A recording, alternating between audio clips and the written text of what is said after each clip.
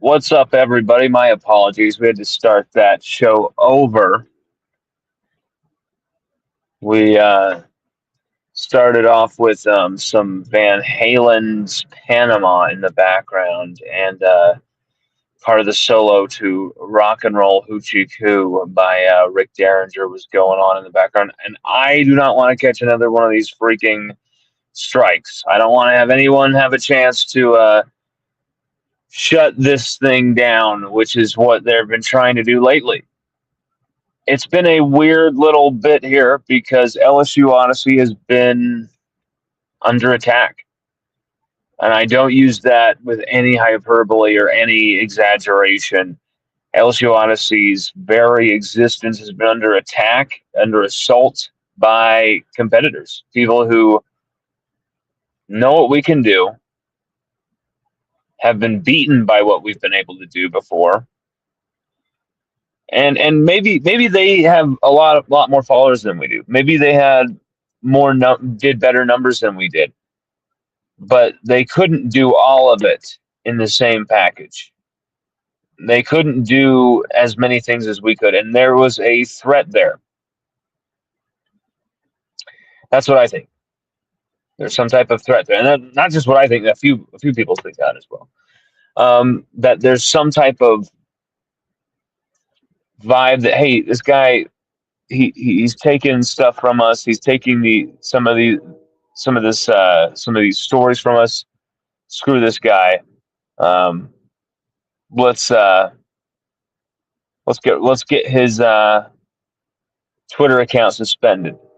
Let's say goodnight to his Twitter account that he worked years to put together. And the Twitter account isn't so much about the account itself or my ego or whatever. It's really about the fact that was an account that had a lot of kind of my growth and my development and my career highlights so far as someone who covers sports, someone who covers LSU, and how we kind of went through that journey.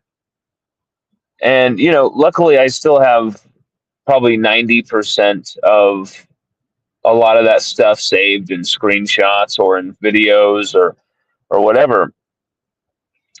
But it still hits me and haunts me that like someone could be so callous to report our account that many times to get it taken down. It is what it is, though. And we've been trying to grow it back piece by piece. We've been trying to push forward.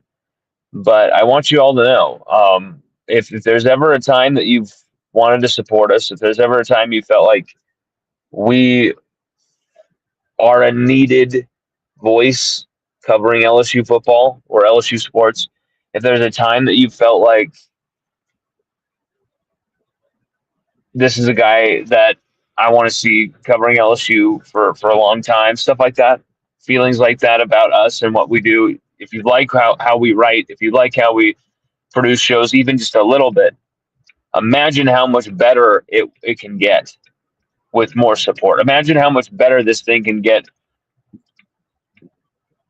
when we've already gotten, Kevin Falk, LaRon Landry onto the show, when we've already had some, big time Tigers, big time legends on the show, and interviewed like half of the team at one point in the 2023 and 2024 seasons.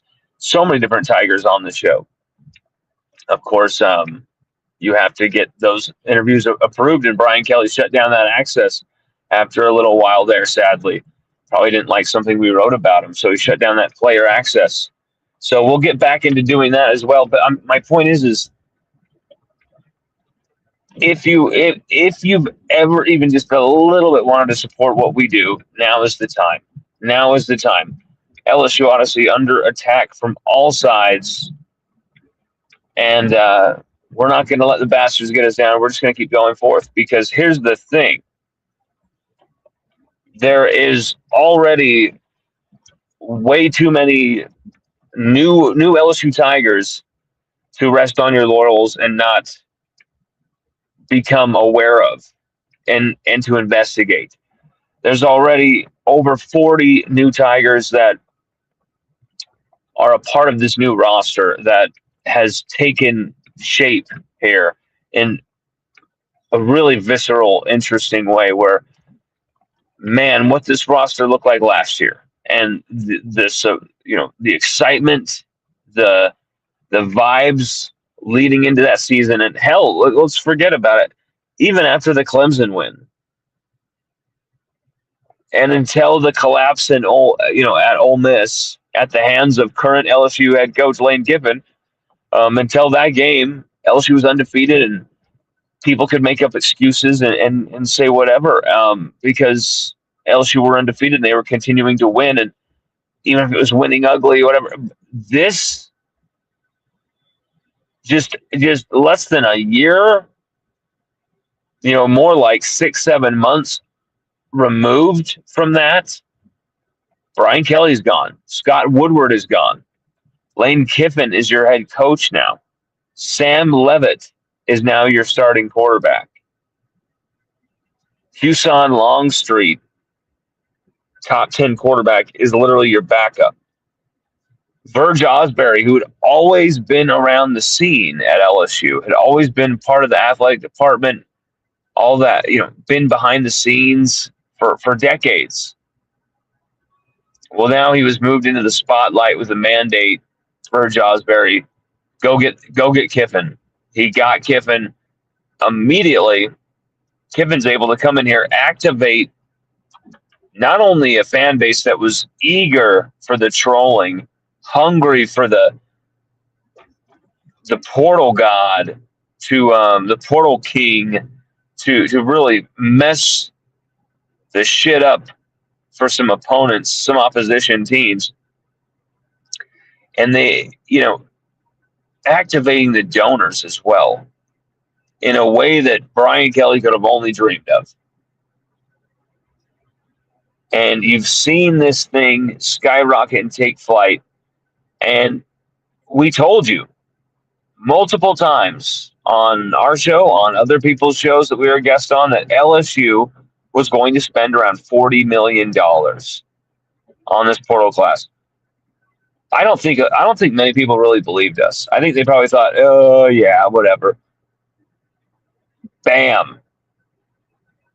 That number was right on the money, was it not? I mean, I know people hate when I brag, but we brag for a fucking reason. Because there's sometimes that we're just straight on the money. We told you, no pun intended. We told you $40 million.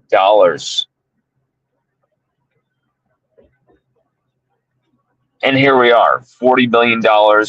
LSU spending $40 million on these players. And here's the thing. Now there's a mandate, a new mandate. You have the mandate to go get the best talent in the country and maximize every dollar that was given to your fund. Okay. It looks like Kiffin did that.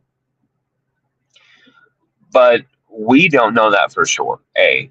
B, it's time to prove it, because this is when the hard work begins. This is when coaches veer off of the reservation at LSU, is when there's the honeymoon period and they get a ton of love, they get a ton of support, fan base is fully invested behind them. They almost feel like they can't do any wrong with their fan base, and no matter what, they'll be fine. Maybe they rest on their laurels a bit. Maybe they have problems adjusting to Baton Rouge, whatever it is. And things start to go a little sour. The reason I don't think that goes that way with Kiffin is the guy seems to kind of know who he is, and he's always got his kids around him, interestingly enough. I think that's all, something that maybe he wants, keep the family close for my own safety even, which is cool. I love it.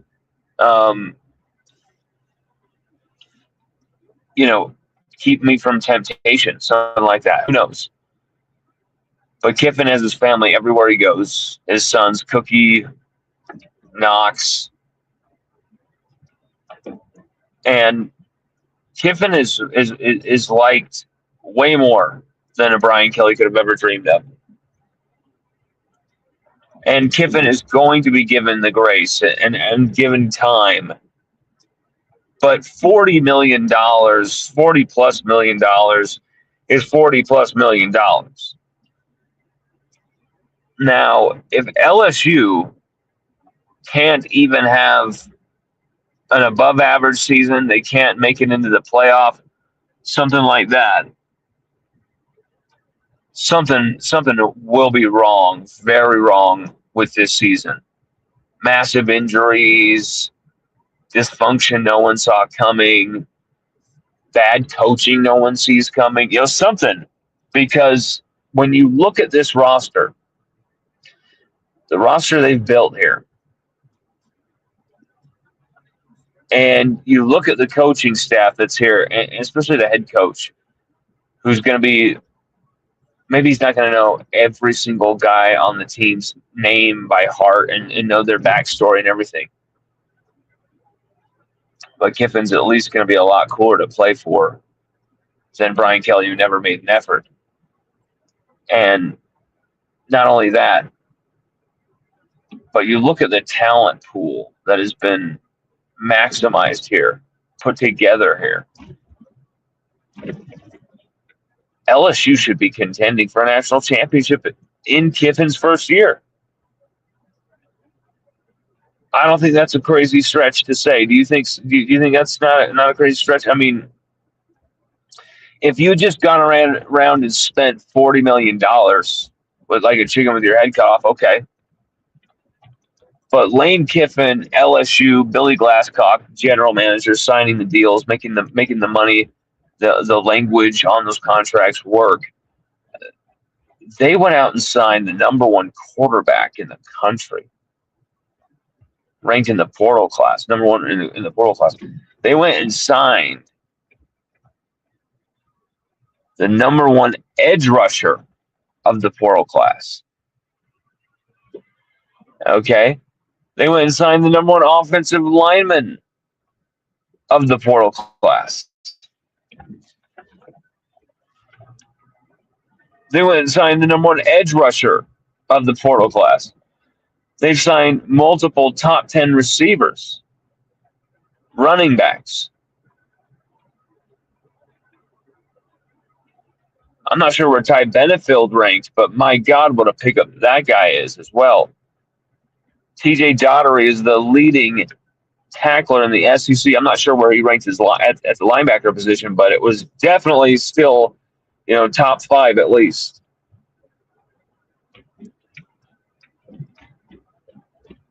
It's, offensive line. You felt like maybe you should have added another guy or two. Defensive tackle, maybe another guy or two. But what you've put together here, there are no excuses for Lane Kiffin, for LSU not to win at least 9-10 games in year one under Kiffin. No excuse. No excuse in the world. Not with this roster. 9 or 10 games. I mean, that's like borderline. Maybe you're in the playoff, maybe you're not. Okay, like that's extremely low expectations for what LSU's just invested. With what LSU's invested, man, you should be expecting it to go on a deep playoff run. The last 2 transfer quarterbacks to start at LSU, what did they do? What did they do? Okay, they did 2 things. They took LSU to SEC title games, and they won the Heisman. You could also say they broke many SEC records as well. You could say that as well. You could add that to the resume. But Sam Leavitt coming in, the Liz Frank injury, all that stuff we want to talk about. Like, okay, but it's not like there's never been a player who hasn't recovered from an injury before. So, like, I get it. Liz Frank, ankle, oh. But Houston Longstreet, some good insurance there. Now, you go from him, you got Jordan Seaton as your blindside left tackle pinnacle guy. Perfect timing to really give Sam Levitt that confidence, that extra motivation while he's recovering, knowing that he's going to have protection, he's going to have help. And then the absolute locker room of receivers by themselves that LSU pulled in. Tyree Holloway, someone who really comes to mind as someone who could be fantastic. Jace Brown, former receiver out of Kansas State. Jackson Harris, basically 1,000 yards last year at Hawaii, the first Tiger actually to sign from this portal class. You have a lot of different talents in this receiving room. This offense is going to be good. They're gonna be at least a galaxy far away from what this year's last offense was. An abject failure, an abject disgrace. But for me, I'm looking at, can LSU contend for a national championship with this roster in year one? And I want you to give me your comments. I want you to give me all your feedback. Can they do that? Should they be expected to do it, or is it, oh, we'll give Lane more time and at least a few years before we judge him too harshly? I gotta say, like, $40+ million, the type of guys you've signed, you really you better be competing for these championships. You better be, if not doing it, if not pulling it off, you're losing these close, battle-hardened games and falling just short. Like, the bounce of the football just doesn't bounce LSU's way or something. Like, that's got to be the excuse. Like, damn, well, we just barely lost. Like, that's the only thing that will do for me. Great performances, great new culture, and maybe you fall short. But this is a group. This is a squad with the guys you've retained. That's the thing, too. It's not just the guys you've brought in, but it's the guys that you brought in alongside who you've been able to retain. Whit Weeks. And then you pair him next to TJ Daugherty at linebacker. That's just perfection. That's just unleashes what Weeks can do in packages, in blitz packages. When you have someone who's reliable in the tackle like TJ Daugherty. And you also have Davon Keys, who led the team in tackles last year. But maybe TJ Daugherty will also get, Davon Keys to raise his game to that ultimate maximum. So you have these perfect complementary pieces where, in theory, on paper, that should work. That should be beautiful.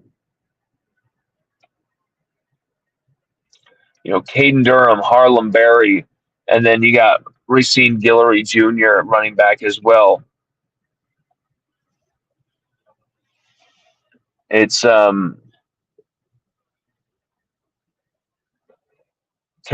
Cooley alongside Ty Benefield with maybe Deshaun Spears at star. I mean, there's so many different ways that defense can mix and match. Gabe Relaford returning with Princewell, Uman Malin as well on up front. I mean, whew, good God.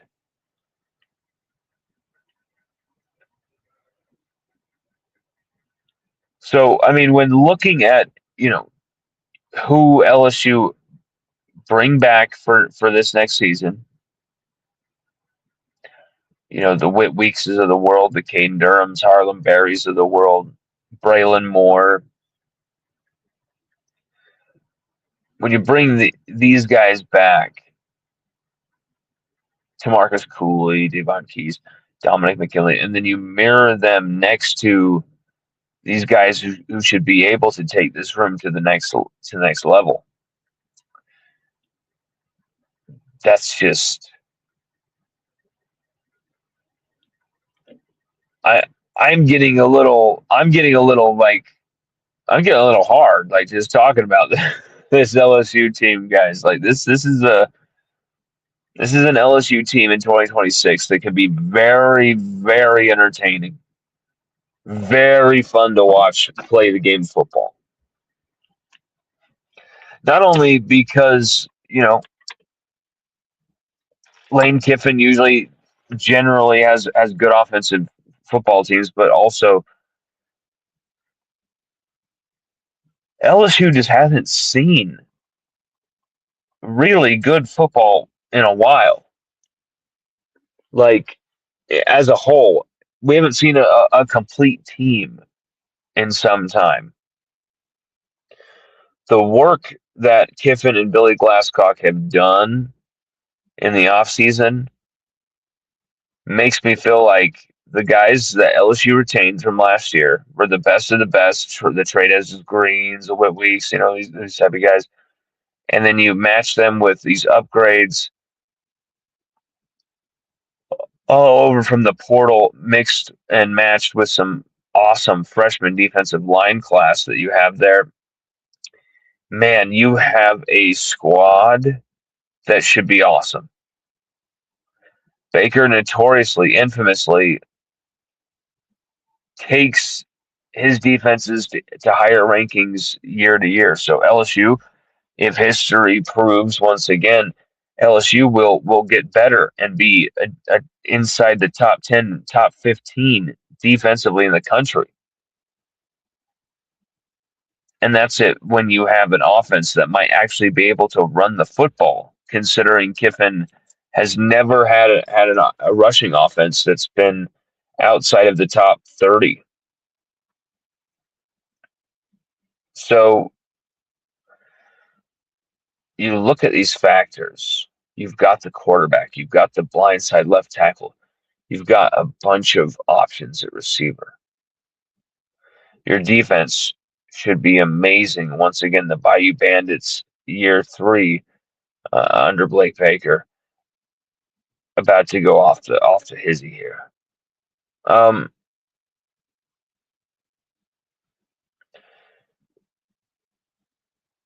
I am just genuinely excited for what this team should be able to produce on the football field.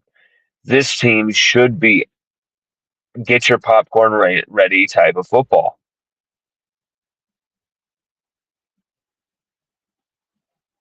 Because before, Kiffin was having to punch up and play smash mouth football with guys that could, sock you back and really get you, break you down to size, and maybe you lose the games in the end because they're a more complete team. Now Kiffin, it looks, has that complete team at his disposal. But this is where the hard work comes, the spring, the summer workouts, fall camp. This is where either the seeds are sown for a strong year one, or seeds are sown for what could be a shaky start to Kiffin's tenure.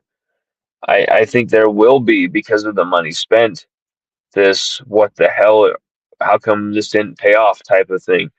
At the same time, you look at who Kiffin's signed. A lot of the guys he signed, not a lot of them, but a good portion of them, will say, redshirt freshmen, true freshmen. I'm sorry, not true freshmen. Redshirt freshmen, redshirt sophomores, maybe. All these guys who still extremely young, still had multiple years of eligibility to their name. And so you're thinking this is going to be a class that Kiffin wants to grow with for a couple of years as they figure this whole thing out. And that makes more sense.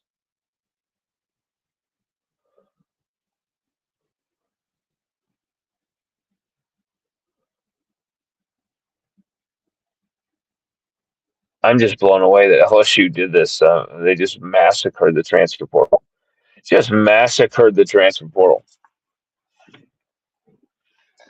And that doesn't mean that you know LSU are going to win the national championship going undefeated. You have to step by step prove this and go through the gauntlet. Have some luck on your side. No one picks up another injury. Those type of things. LSU have been very unlucky in recent years with injuries and off-field situations and crazy stuff.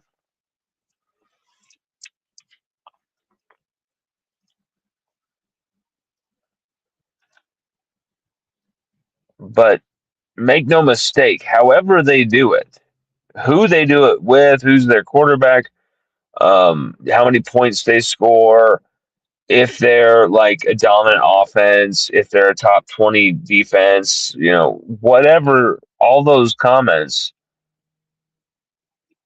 push to the wayside when all that matters is, did you win? Because man, that's what it's about.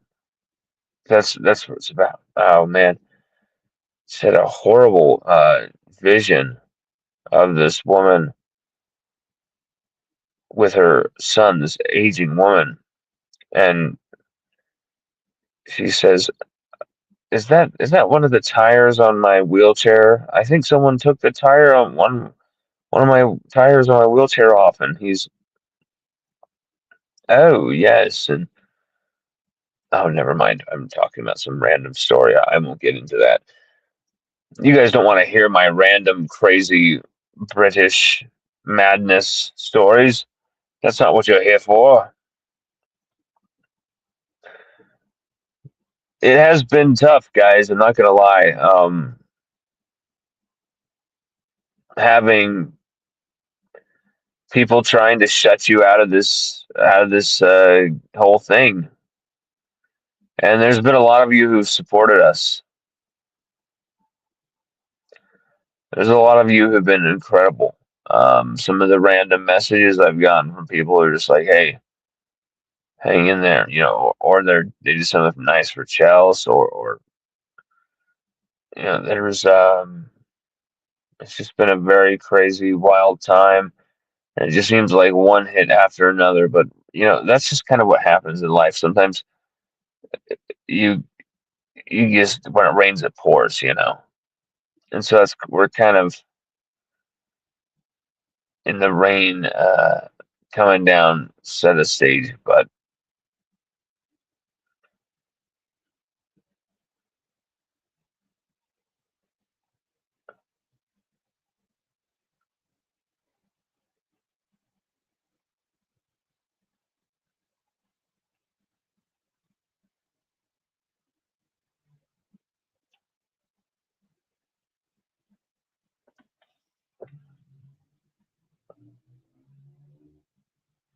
everybody, thank you so much for joining with us. This is just a short edition where we discuss, can they contend, and you heard my opinion. I'm saying they should. Is it a must? Is it this?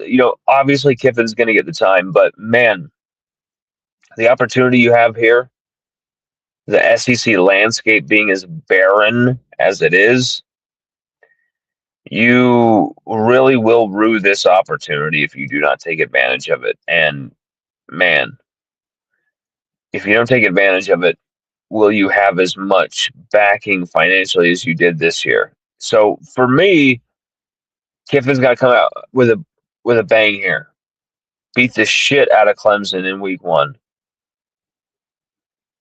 Really shove it down their throats where the real Death Valley is. Really take them over.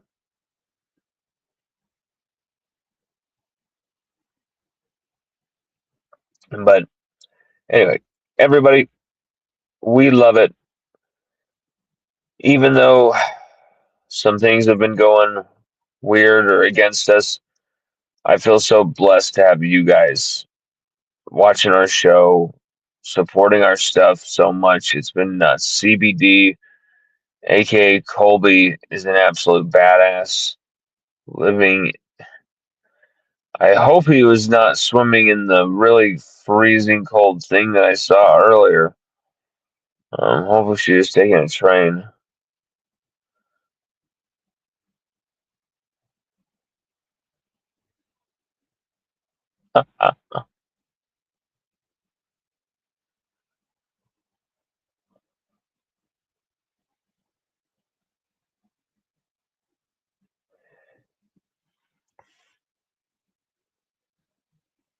Go Tigers, everybody.